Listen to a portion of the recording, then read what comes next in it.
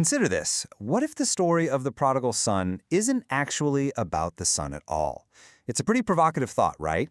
As you'll see, this ancient narrative has a shocking historical subtext that would have literally made its original audience gasp out loud.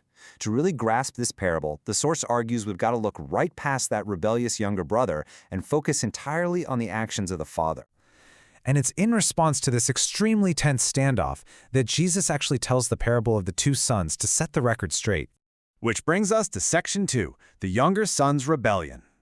The sermon explains that the very first character introduced, the younger son, is a direct representation of those reviled tax collectors. When the younger son decides to return to his father, it is absolutely not out of love or some deep, true repentance. No, it's a calculated survival tactic. Section 4. The Father's Humiliation. Now this is where the narrative builds to its climax, and it takes a radical, culturally shocking turn. The source reveals a vital piece of context here. In this ancient society, great men do not run.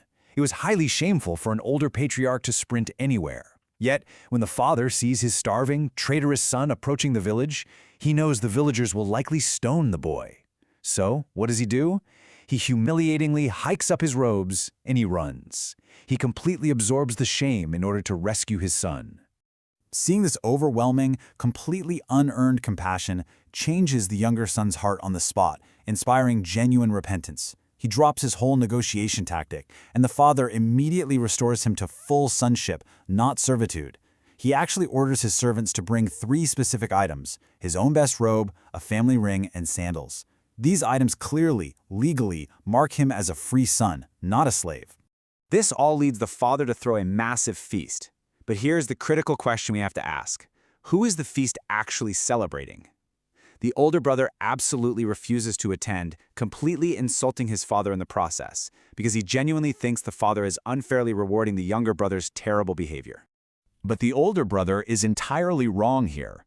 The feast is not celebrating the younger son's sins at all.